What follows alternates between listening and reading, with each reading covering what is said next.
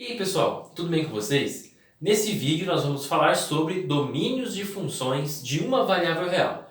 Mais especificamente nós vamos aprender como calcular ou determinar o domínio de uma função de uma variável real. Mas antes disso vamos falar um pouquinho sobre domínios, vamos entender bem o que é o domínio de uma função de uma variável real e ver aqui alguns detalhes, porque isso com certeza vai deixar tudo muito mais claro na hora de fazer as contas para calcular o domínio de uma função de uma variável real, ok? Então vamos lá. Geralmente, nos textos matemáticos, livros de matemática, as funções elas aparecem de duas maneiras. Elas aparecem assim, ó, dadas com o domínio, que seria uma situação assim, ó, seja f do intervalo menos 2, 2 em r, uma função definida por f de x igual a 2x ao quadrado menos 1. Então aqui eu tenho uma função e essa notação aqui me diz onde ela está definida. Esse conjunto aqui é o domínio, certo? Então essa função só faz sentido de ser calculada, né, os valores dessa função só podem ser calculados para x nesse intervalo aqui. Eu até posso calcular, por exemplo, f de menos 3. Né? Eu vou conseguir fazer essa conta. Vai dar menos 3 ao quadrado, vezes o 2, menos 1, vai dar um número aqui como resultado. Mas isso daqui ó, me indica que essa função só está definida nesse intervalo, certo? Por algum motivo, pode ser por uma situação prática, alguma coisa assim, mas é o que está aqui, certo? Então esse é o domínio, não tenho o que fazer aqui com relação ao seguinte. Em quais valores eu posso aplicar essa função? Está escrito ó, no intervalo menos 2, 2 aberto. Outra forma que as funções aparecem são assim. Ó. Uma outra forma é assim. Funções dadas sem o domínio, seria alguma coisa do tipo. Considere a função g de x igual a x mais 1 sobre raiz de x menos 3. Em quais valores de x eu posso aplicar essa função? Não está claro aqui quem é o domínio, certo? E o que a gente faz nessa situação, quando o domínio não aparece? Tem a pergunta que está aqui, né? O que fazer quando uma função é dada sem seu domínio? A gente pode calcular o domínio dessa função. A gente pode descobrir para quais valores de x faz sentido calcular o g de x. Para quais valores de x é possível calcular o g de x, tá? Então, quando uma função é dada sem o seu domínio, é possível determinar o domínio, ok? Então, vamos analisar justamente isso que está acontecendo aqui. Quando uma função é dada sem domínio, como que a gente consegue calcular o domínio dela? Fica aí, vou apagar o quadro aqui e vamos falar sobre isso. Vamos começar a segunda parte desse vídeo respondendo essa pergunta. O que é o domínio de uma função? A definição está aqui, vamos ler. O domínio natural de uma função é o conjunto formado pelos números reais, onde a função pode ser calculada. Notação. Quando nós temos uma função f, nós denotamos o conjunto, que é o domínio da função, por assim, ó, d de f, né? Ó, d com f entre parênteses. Certo?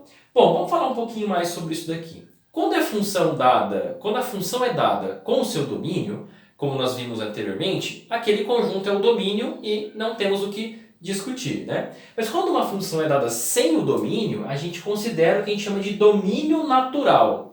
E aqui eu coloquei o natural entre parênteses porque a gente simplesmente chama de domínio. Em alguns livros você vai achar domínio natural, mas a gente, dentro da matemática, também de muitos livros, é simplesmente chamado de domínio, né? E como está escrito aqui, o que é o domínio de uma função? É o conjunto formado por todos os números reais, onde a função pode ser calculada. Ou seja, são os valores de x, onde é possível calcular o f de x para a função f, certo? Se é possível calcular o f desse x, então o x está no domínio. E todos os valores x que satisfazem essa condição, né, f pode ser calculada nesse x, então eu vou ter que esse x está no domínio da função f, ok? Então isso é a definição de domínio, certo? Lembrando aqui ó, que eu não estou escrevendo, mas a gente está considerando funções de uma variável real e funções reais, tá? Então aqui nós temos funções reais, é uma função que sai de um subconjunto de R e vai para outro subconjunto de R, tá? Ok, para ficar mais claro isso daqui, eu considerei um exemplo, ó. Vamos ver aqui, ó. Considere g de x igual a x mais 1 sobre raiz de x menos 3. Vamos tentar fazer algumas continhas aqui, ó. Vamos tentar calcular o g de 4, olha só. Vamos pegar aqui o número 4, g aplicado em 4. Isso aqui vai dar 4 mais 1, né, aqui em cima, ó, o x no lugar o 4 no lugar do x, melhor dizendo. Aqui embaixo eu vou ter 4 menos 3 dentro da raiz, certo? Em cima eu vou ter o 5. Vamos fazer aqui rapidinho, né? 4 menos 3 dá 1, raiz de 1 dá 1. Então no final das contas o resultado aqui é 5. Então foi possível calcular o g de 4. Então o 4 é um número real onde a função g pode ser calculada, onde a função g está definida, né, em outras palavras. Então, o 4 faz parte do domínio, porque eu consigo calcular o g de 4, né, que dá 5, olha só. Então, nós podemos afirmar o seguinte: o 4 pertence ao domínio da função g. Vamos tentar calcular agora o g de 0, para ver o que acontece. Ó. G de 0. Aí eu vou ter aqui, ó, 0 mais 1 em cima, embaixo eu vou ter 0 menos 3 dentro da raiz. Em cima vai dar 1, embaixo vai dar raiz de menos 3. Raiz de menos 3 pode ser calculado dentro do conjunto dos números reais? Não, né? Não tem jeito. Então isso daqui, ó, não é um número real, certo? Então eu não consigo calcular o g de 0. Então se eu não consigo calcular o g de 0, então o 0 é um número onde a função não está definida. Então o 0 não faz parte do domínio da função g, certo? Então domínio natural, né, ou simplesmente domínio de uma função, de uma variável real, uma função real, né, você pode pensar dessa forma. São os valores de x onde a função pode ser calculada. Eu consigo calcular o g de 4? Então o 4 está no domínio. Consigo calcular o g de 0? Não, então o 0 não está no domínio. Então o conjunto, que é o domínio de uma função, ele é formado por esses números aqui, ó, onde é possível calcular a função, assim como foi feito aqui no 4. A gente pode perceber que dá para fazer isso para outros números, né? Dá para fazer isso para o 5, para o 7, para o 10... Né? Então todos esses estão no domínio. E tem vários outros que não estão também, porque vai acontecer coisas semelhantes do que aconteceu aqui com o 0. Né? Então é isso daí. Isso aqui é o domínio de uma função. Ok, agora vem a questão. Como que a gente faz para determinar o domínio de uma função? Como que a gente faz para separar ali, olhar para dentro do conjunto dos números reais e também para a função, né? E pensar da seguinte forma: quais números dentro do conjunto dos números reais podem ser colocados dentro da função? Ou em outras palavras, eu posso calcular essa função em quais números dentro do conjunto dos números reais? Não é dessa forma, né? Aqui é só um exemplo para mostrar para você que o 4 está no domínio e o 0 não. Mas eu não posso ficar chutando números. Ah, o 4 está, o 0 não está. Ah, o 5 está, o menos 1 não está, né? Eu vou fazer isso até quando, né? Dentro do conjunto dos números reais, vamos ter aí infinitas possibilidades, né? Então existe outra forma para fazer isso e é o que a gente vai fazer agora na próxima parte do vídeo, tá? Vamos resolver um exemplo para determinar o domínio de uma função real de uma variável real. Vamos lá. Então aqui está o exemplo que nós vamos resolver para determinar o domínio de uma função real de uma variável real. Então vamos lá.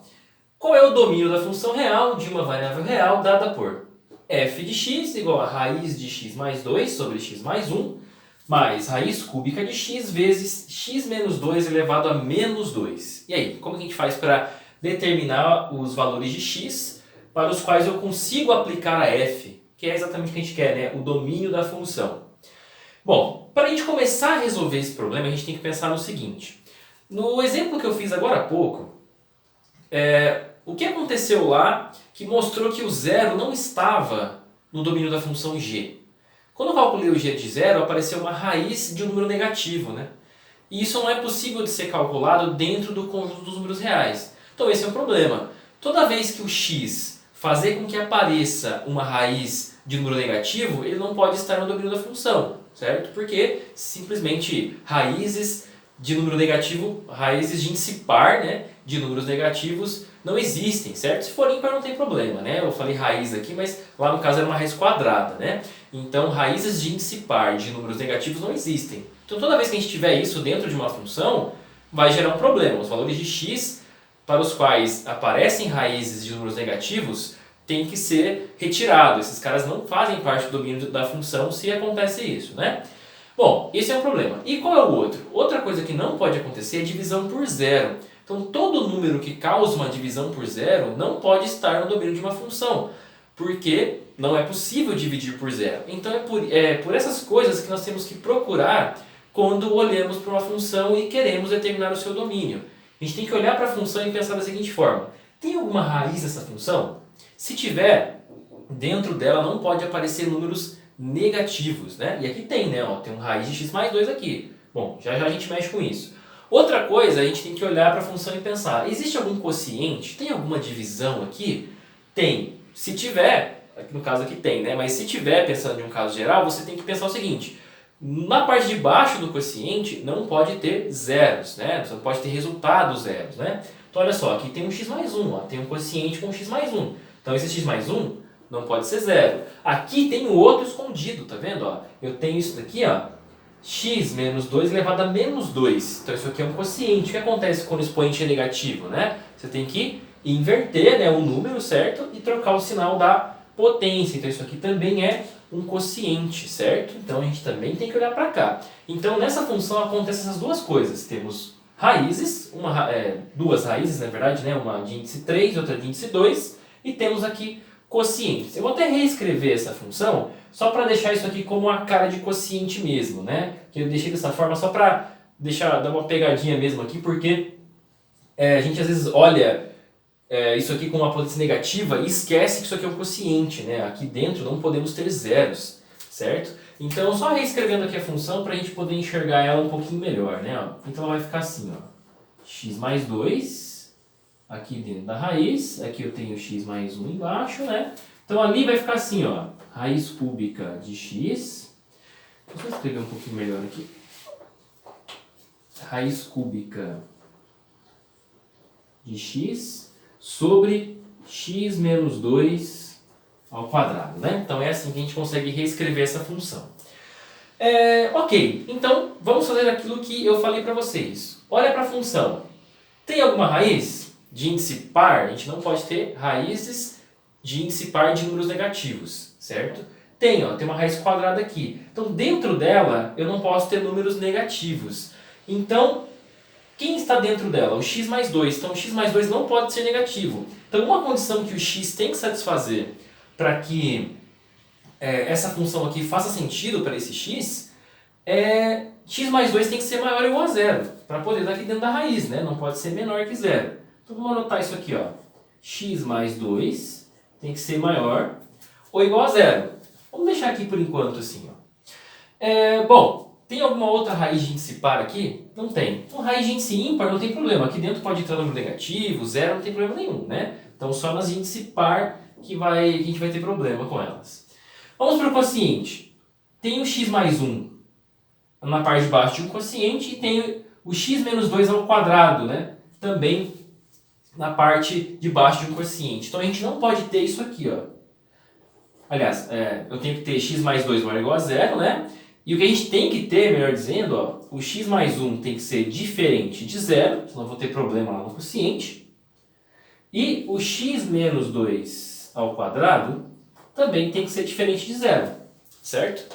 Então, a função ela só vai estar definida para valores de x satisfazendo essas três condições aqui.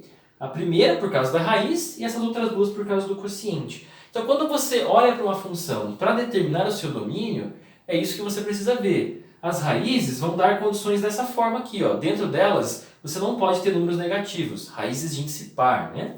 E quocientes você não pode ter eles iguais a zero. Então eles têm que ser diferentes, a parte de baixo, né, tem que ser diferente de zero. Então olha só, qualquer x que satisfaça essas três condições faz parte do domínio da função. Então o domínio de f que a gente está procurando são os valores de x que satisfazem justamente isso daqui. Agora a gente precisa encontrar eles, né? Aqui a gente fez a primeira leitura aqui dessa história do domínio, né? Para ver quais condições que a gente precisa ter a respeito de x, né? E agora vamos esmiuçar um pouquinho isso aqui, né? Bom, dessa primeira condição aqui, o que traz para a gente, né? Ó, essa primeira condição aqui, vou fazer aqui as continhas, ó.